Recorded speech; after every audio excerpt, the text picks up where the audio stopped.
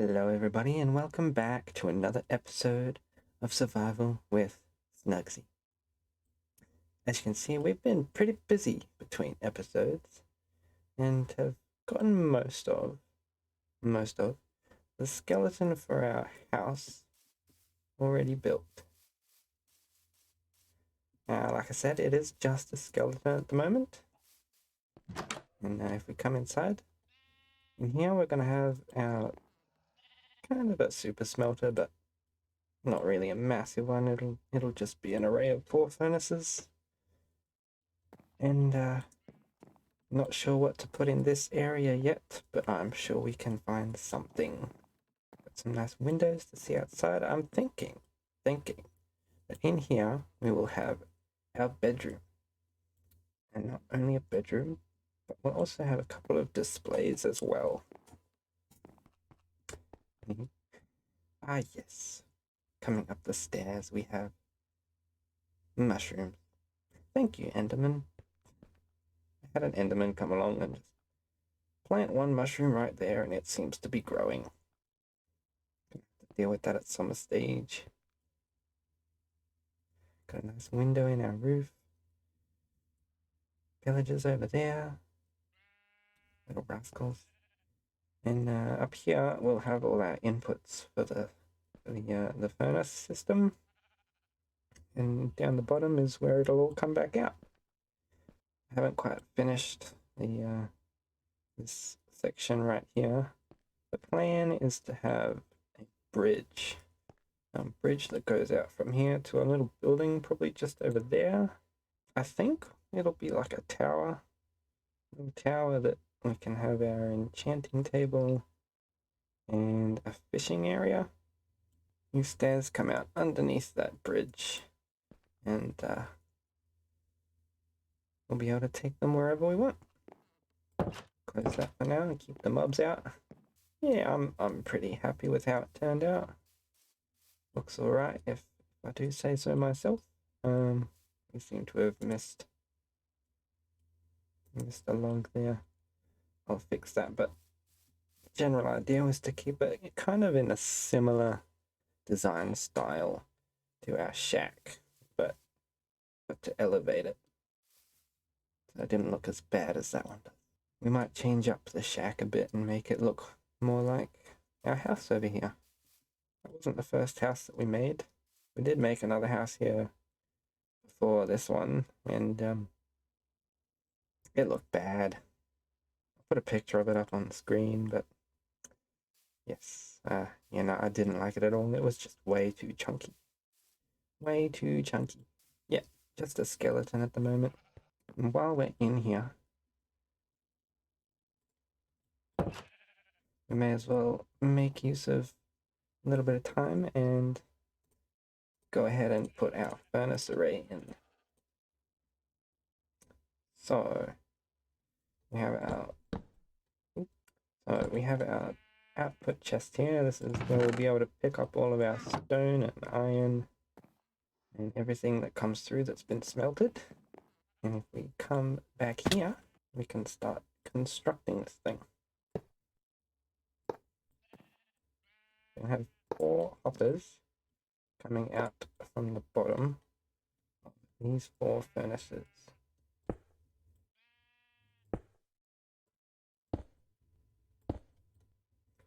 Essentially,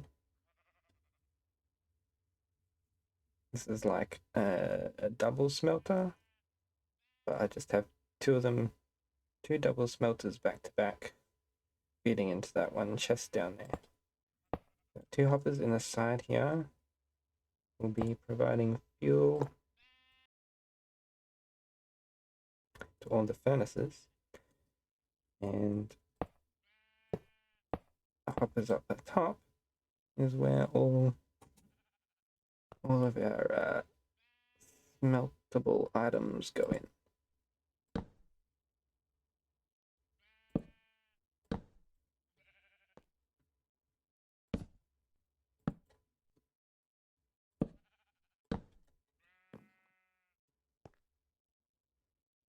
And that's all done and ready to be used. Inside we put our fuel, And up the top, we put the items we want smelted. And all of that will then feed down the bottom to this one. Oh, and I forgot to mention, it happened again. Again. This pen was full of sheep, and this darned wolf happened to find his way in here and kill them all again. I thought it was safe, but apparently not. I can only assume at this point that these couple of bits of dirt, particularly these ones over here, let him get in. However frustrating. We have gone and got ourselves a couple more sheep though, so we can try it again. Hopefully this time, hopefully, they stay alive. Brought our new puppy up here to guard the shack just like the other one. And our two new sheep are back in the pen. Hopefully this time, they stay alive. Now, for the past few episodes, we've been promising a redstone build. So that's what we're gonna do. Over in this chest here, we've got all of the materials that we need and probably a bit more. We won't need to use all of this. You can probably tell what it's gonna be with all these wheat seeds. But before I go ahead and explain exactly what we're doing, I'm gonna go in and put all of our platforms in.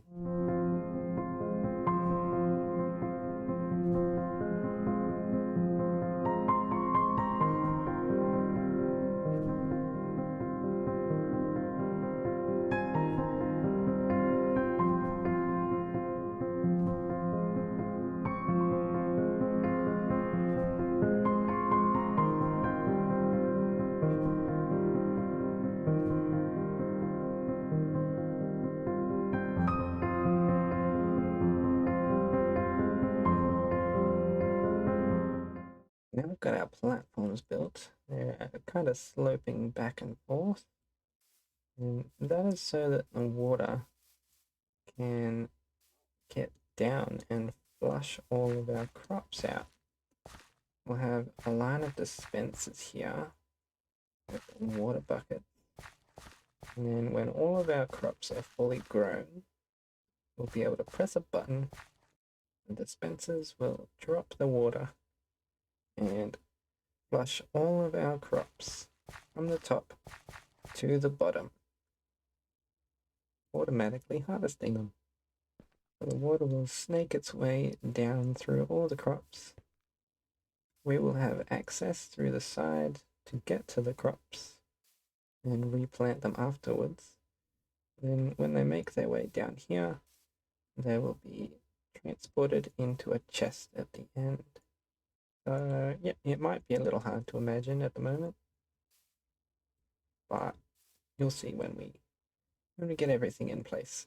And these stairs here are so that we can have the water next to or saturating harvest land.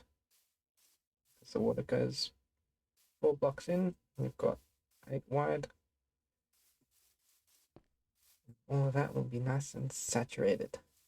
So I built it wrong. Or at least the top 2 levels were wrong. I put all these in 1 block higher than they were supposed to be. So when I put the water in, it was going to wash away all the wheat before it could be planted. That's a problem. But I've gone and fixed it, so now they all look like this, all flush against the grass. And we've added blocks in the sides so that these ones don't spill out and wash everything away.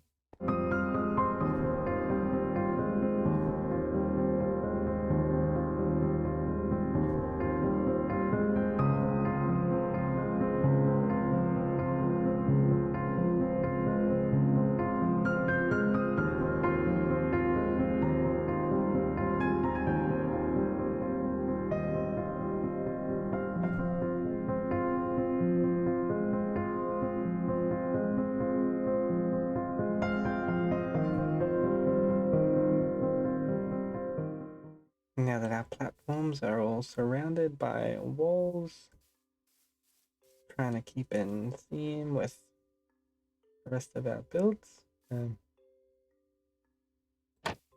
We've gone ahead and plowed all our land.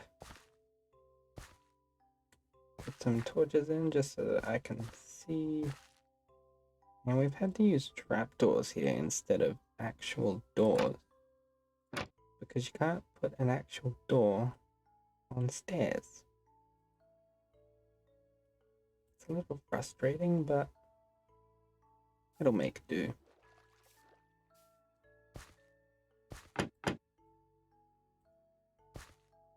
We've also gone and put these upside down stairs here so that we can't accidentally fall off and land on that row there. That would be annoying to get out of. Gotta crouch to get through there. Now that that's all prepared, I think it's about time we got onto the redstone part of the build. We'll start off by putting a double chest in where we'll be getting all of our items. Right there. And 2 hoppers straight into the back of it. Now this block right here, that's where we'll be having our button. The button that is going to let us flush out the farm. Below that, put in 1 piece of redstone dust. This is our hole that I prepared earlier underneath our farm. Here is where we will be doing all of our redstone. So a good habit to get into is to use colored wool or a colored block of some type for each of your redstone lines so that you know kind of exactly how everything's going to be laid out. And if you're doing a bigger build, then you won't get lost within your build. I should have put a colored block here first for the redstone dust. We'll do that now. And on the side of this block, we'll be putting a redstone torch. Now, press the button, the light turns off. Do it again. That is what we want. Now what we can do, run a line across this way, colored block. Run it onto there, into another torch. Now we can start running a line this way and get into our repeater action. I'm going to put 1 repeater there and 1 there.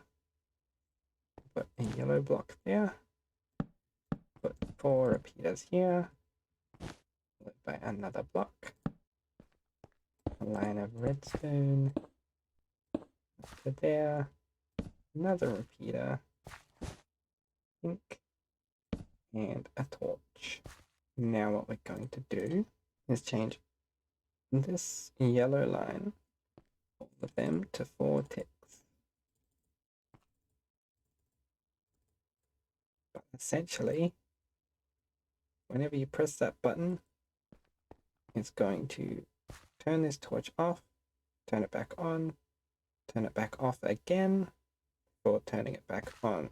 So from here, what we can do, add a whole bunch of these all the way up the side of the build until we get to the top.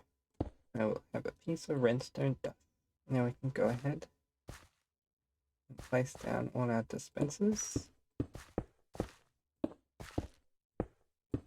Run a line of redstone dust on top of them all and connect it. And in every single one of these dispensers, we want to put 1 bucket of water. When we press that button down there, and that torch down the bottom gets turned off and on repeatedly, these dispensers will fire once, dropping their water, and then after a brief pause, they will fire again, picking the water back up. So if we do a test now, we press this button, the water should get dispensed. Yep. And it got picked back up.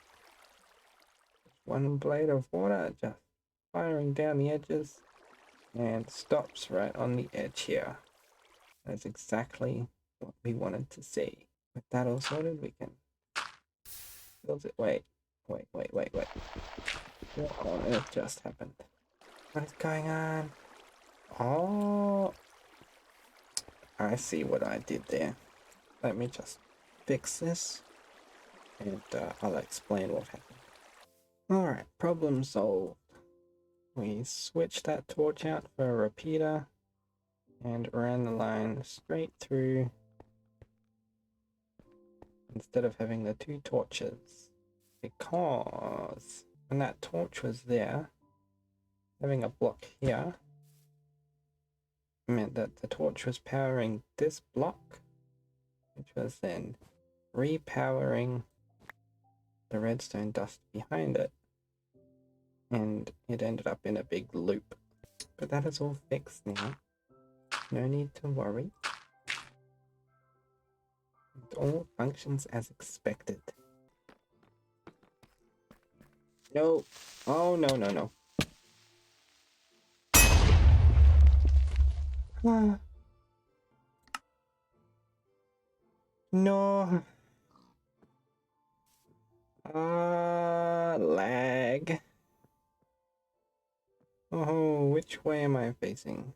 Why is this all new? What's going on here? Oh, boy. That ain't right. Oh, far out. What the heck? What is this generation, man? Oh, hi, goat. Well, with the help of the coordinates HUD, we have made it back. What a mess. Everything's alright. The first diamond is still here. And whoop, everything is back to normal. What an ordeal. I was not expecting to die today. Where were we? I was in the middle of placing down all of our seeds on every layer when I died. I've gone ahead and finished that, but some of them are already finished growing. Anywho, so we put a piece of water there, and another one there. Those two water streams meet in the middle, and when all that water comes rushing down, items will hit the end and get drained towards the hoppers. Well, we have gone ahead and put in a staircase here with some pathways, easy access to all of our trapdoors, and prettied up this section.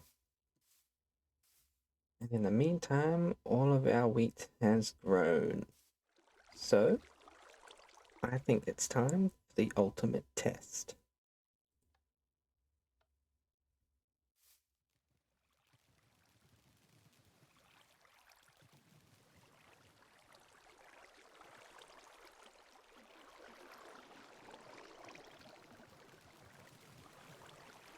Look at him go.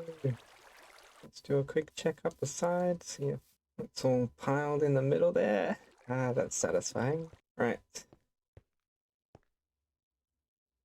It did have some catches. Anywhere else to go?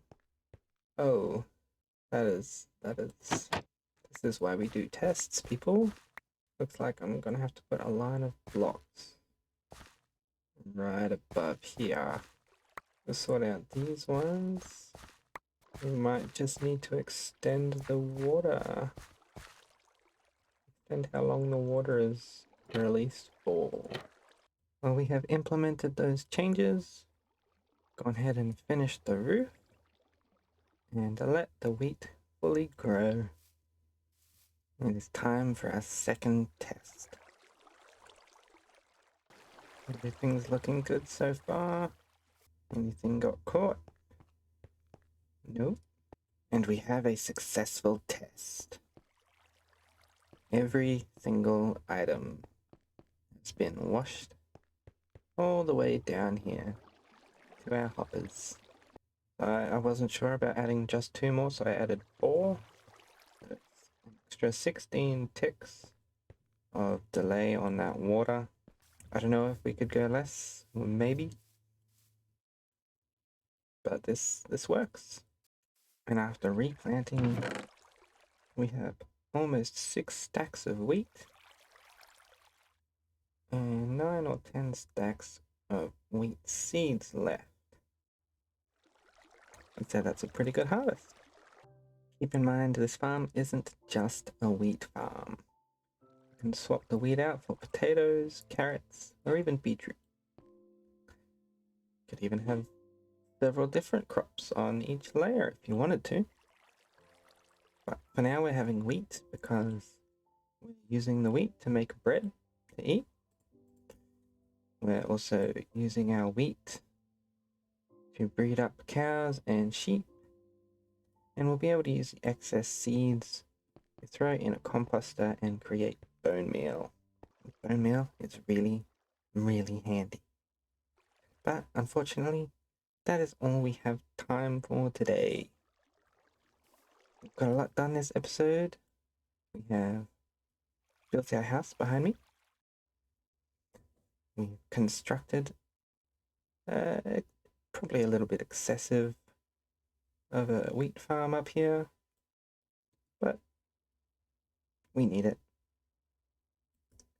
And we had our first 2 deaths. How very disappointing, but that is how it goes. I'd like to thank you all for watching. Let me know in the comments what you thought about this episode, and I will see you in the next one. Bye!